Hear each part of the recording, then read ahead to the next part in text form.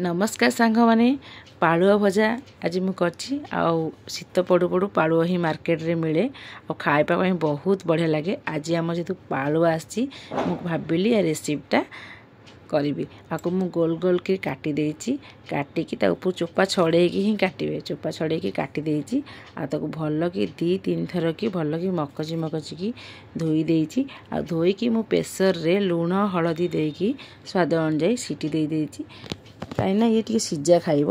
तापर एपटे मु जीरा सोरिष रसुण को पेस्ट कर देछि आ से पेस्ट रे मु लंका गुंड हलदी गुंड आ लूण देछि लूण एइथि देछि जे जेतु सेथरे मु सिझेछि लूण देकी आ मसला टिके लूण दे देछि आ कड़ाई गरम करके मु सोरिष फुटई देकी सिझिकी रखिथिबा पालुआ को मु सेतरे पकेकी एबे भाजीबी।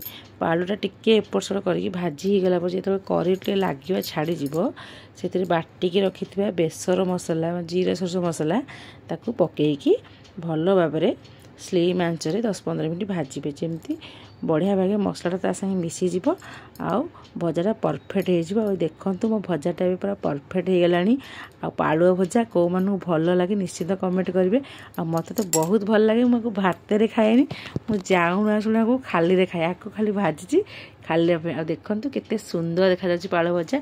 आ जो मन न खाइसंती निश्चित कमेंट करिवे जो मन खाइसंती निश्चित कमेंट करिवे।